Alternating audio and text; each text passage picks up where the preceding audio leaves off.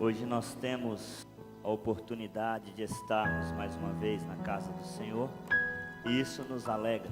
E hoje Deus tem algo precioso para mim e para você nesta noite. Muitas coisas acontecem, muitas coisas se passam e nós vamos crescendo espiritualmente, nós vamos crescendo fisicamente, nós vamos crescendo na graça, na sabedoria. O tempo nos ajuda a ficar mais forte, os acontecimentos nos ajudam a ficar mais inteligentes. E hoje o que Deus tem para mim e para você é algo que pode melhorar a sua vida a partir de hoje, 360. Um giro completo em direção a uma nova história. Um passado pode ser apagado e tudo pode recomeçar. Mas para que isso aconteça, preciso ouvir atentamente a voz do Senhor, o meu Deus, que é quem me fala, quem me orienta e quem me sustenta. E hoje o Senhor preparou para nós uma palavra que vai nos ensinar a vencer as emoções cansadas. Vai nos ensinar a vencer as emoções cansadas. Muitas oportunidades Deus já nos deu, e aqueles que as pegam estão crescendo, estão vencendo, estão rompendo. Eu me lembro uns 4 anos atrás, quando eu falei de uma palavra de higiene mental, higienização mental, e colocamos uma imagem de um cérebro com uma vassoura, onde eu falava que devíamos nos esvaziar dos maus pensamentos, dos pensamentos que não agregam, dos pensamentos tóxicos, dos pensamentos que destroem e não que constroem. E hoje Deus quer falar comigo e com você que nós estamos no local que Ele quer que nós esteja, no lugar certo, onde devemos estar. E se você tinha dúvida disso, hoje Ele remove a dúvida e consolida você aonde você está. Abra sua Bíblia em Êxodo 12, do verso 37 ao verso 42. Uma multidão misturada também viajou com eles. Uma multidão também se misturou no meio dos 600 mil, além das crianças, e viajou com eles. Além de grandes rebanhos, tantos de bois como de ovelhas e de cabras, com a massa que havia trazido do Egito, pães sem fermento. A massa não tinha fermento, pois eles foram expulsos do Egito e não tiveram tempo de preparar comida. Ora, o período que os israelitas viveram no Egito foi no dia em que se completaram os 430 anos, todos os exércitos, as 12 tribos do Egito saíram. Assim como o Senhor passou em vigília aquela noite para tirar do Egito os israelitas, estes também devem passar em vigília essa mesma noite para honrar o Senhor por todas as suas. Sabe o que me chama a atenção nesse texto? Está falando de algo que é livramento, saída, escapada. Deus, quando Ele nos chama, Ele garante o que vai fazer. Deus, quando Ele te escolhe, Ele promete e Ele cumpre. Deus passou a noite vigiando o povo para que soubesse que Ele estava ali, que Ele ia dar o livramento, que o livramento prometido ia acontecer. Deus não nos pega, não nos convida até Ele e depois nos abandona, porque os caminhos de Deus não são os meus caminhos, mas no caminho de Deus Ele nos protege. Se o caminho que você está andando é o de Deus, pode ficar tranquilo, dormir sossegado, que o amor que Ele tem por aqueles que estão com Ele, o faz vigiar, o faz proteger, o faz assegurar. E dentro disso, eu quero que você comece a caminhar comigo nessa jornada, nesse texto. Cerca de 600 mil homens, segundo os contextos históricos, se calcula mais de 1,5 milhão de pessoas, quando contabiliza as mulheres, porque se tinha 600 mil homens, se entende que tinha mais de 300 mil mulheres. contando que alguns poderiam ser solteiros. Se tinha mais de 300 mil casados, se contabiliza que tinha no mínimo 1 milhão de crianças, totalizando entre adulto e criança cerca de 2 a 3 milhões de pessoas saindo do Egito a pé. Mas isso começou há um tempo remoto atrás, há mais de 430 anos, quando Deus leva José ao Egito pelos caminhos que José não queria caminhar. Os caminhos que José caminhou não é o que ele queria caminhar. Às vezes você tem andado em caminhos que você tem perguntado para Deus: o que eu fiz para merecer isso? Nada, você não fez nada.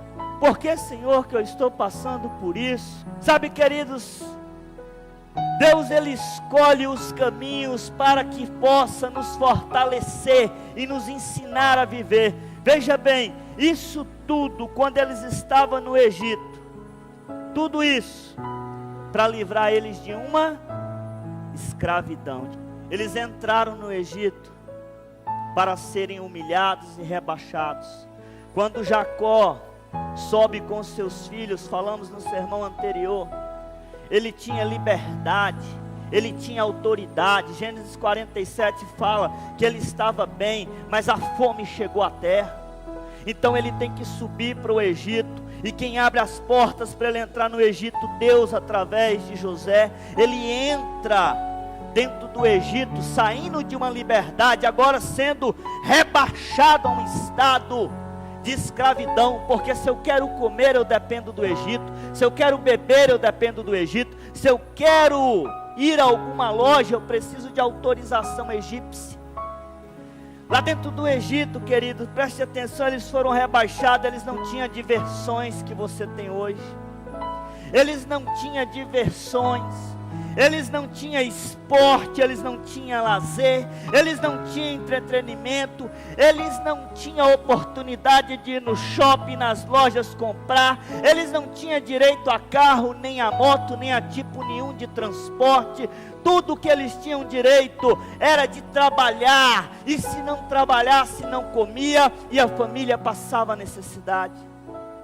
Pessoas humilhadas. E Deus chega e fala assim: olha, eu estou fazendo isso para salvar vocês, é para que vocês não sejam exterminados da terra. Vocês são poucas pessoas, cerca de 70 pessoas entraram dentro do Egito, e eu preciso que vocês evoluam, eu preciso que vocês cresçam, eu preciso que vocês multipliquem, porque ao multiplicar em números, eu multiplicarei também o poder e a autoridade sobre vocês. De 70 a mais de 1 milhão de pessoas.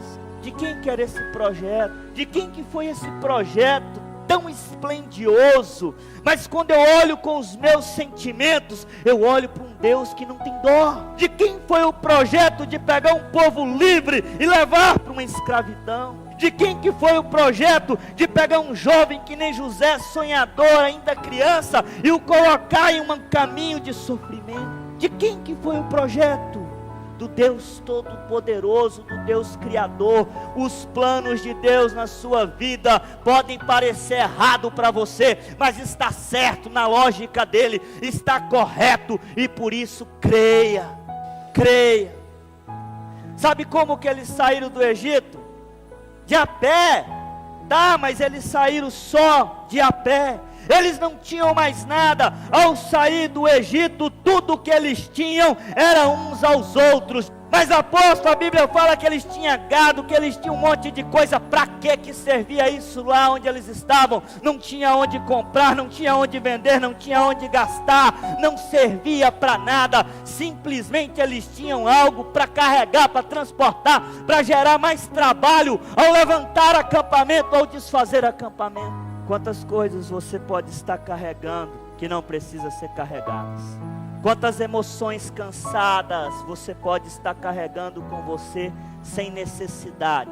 Quantas frustrações a sua emoção está te fazendo carregar que não precisa carregar? Deus vai nos ensinar hoje a vencer essas emoções cansadas. No Egito eles não tinham direito a estudar a palavra de Deus. No Egito eles não tinham Bíblia. No Egito eles não tinham pastores. No Egito eles não tinham igreja. Eles não tinham onde se reunir para adorar. Eles só tinham direito a trabalhar. Eram escravos de uma nação.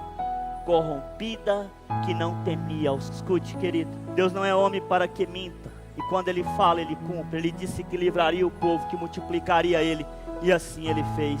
Números 23:19 diz que quando Ele promete, Ele cumpre, e se Ele prometeu para você, Ele vai cumprir. Escute o que eu vou lhe dizer: quanto mais desafiador for o caminho, for o ambiente, mais produtivo você será. Eu sei que Deus está falando com várias pessoas aqui esta noite, e você está entendendo o que eu estou falando. Você sabe que o amor de Deus está te cobrindo, está te cercando, está te protegendo. O teu desejo é ir para a esquerda, e Deus está dizendo para a direita. Filho meu, para a direita, filha minha, para a direita, porque para a esquerda tem perigo. Quanto mais desafiador for esse caminho, mais vitória você vai conquistar. Mas escute, às vezes gritamos por socorro que já chegou, mas não aceitamos quem quer nos socorrer. Às vezes gritamos por socorro que já chegou a ambulância, já chegou o paramédico, já chegou o enfermeiro, mas eu não quero essa pessoa para me atender.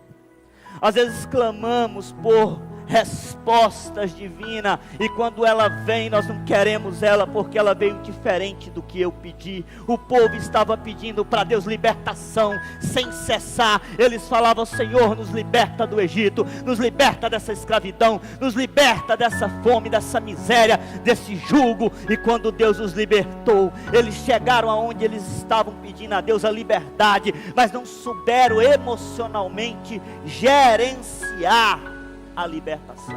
Deus vai nos sarar das emoções cansadas, das emoções exaustas. Mas como que Ele sara isso?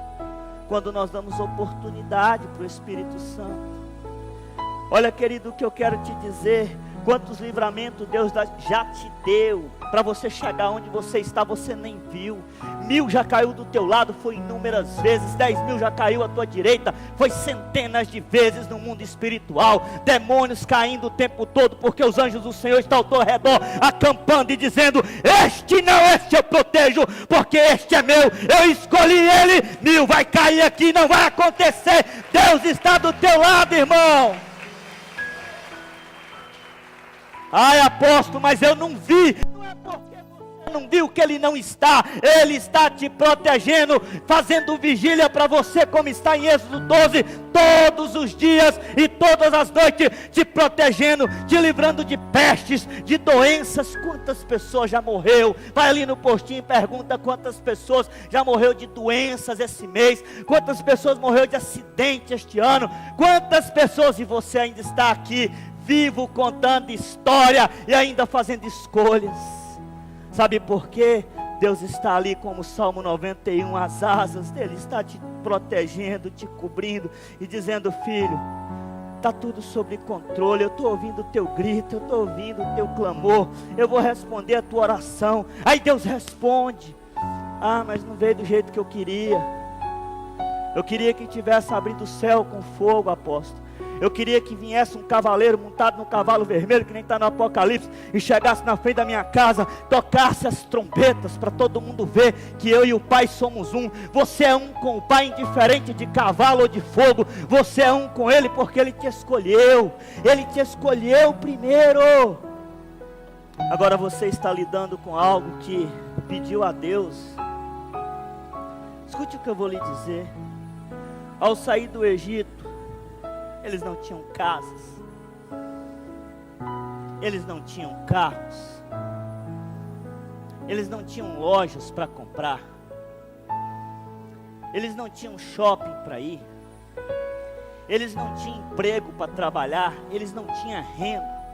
Quando você começou a sua jornada aqui nessa terra, você não tinha casa para morar, você não tinha filhos, talvez você ainda já é casado, não tinha cônjuge, solteiro, está sonhando em casar, não tinha onde comprar. Hoje você tem aonde comprar, mas lidar com isso está trazendo cansaço às suas emoções, porque eu tenho loja para comprar, mas eu não sei gerenciar as compras, então eu me atropelo em dívidas. Eu não tinha carro, agora eu tenho, mas eu não fiz o cálculo que manter ele daria gasto, agora eu estou em dívidas. Eu não tinha oportunidades de emprego, agora eu tenho, mas eu não sei lidar com isso. Eu estou onde eu orei para estar. Eu disse: Deus, me dá um emprego, me dá uma profissão, me dá um carro, me dá uma casa, me dá uma moto, me dá uma família, me dá um filho, Senhor. Eu quero dar à luz. E quando Deus te colocou, não consegue lidar, não consegue gerenciar, as emoções ficam cansadas, e eu vou lhe mostrar os perigos de uma emoção cansada. Se você está onde orou para estar, tem que aprender emocionalmente a gerenciar isso.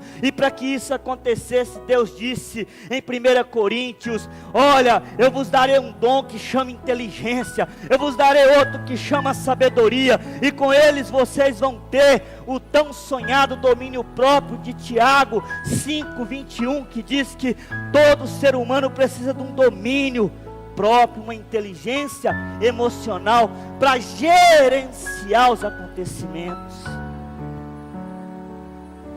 Como é que estão as suas emoções?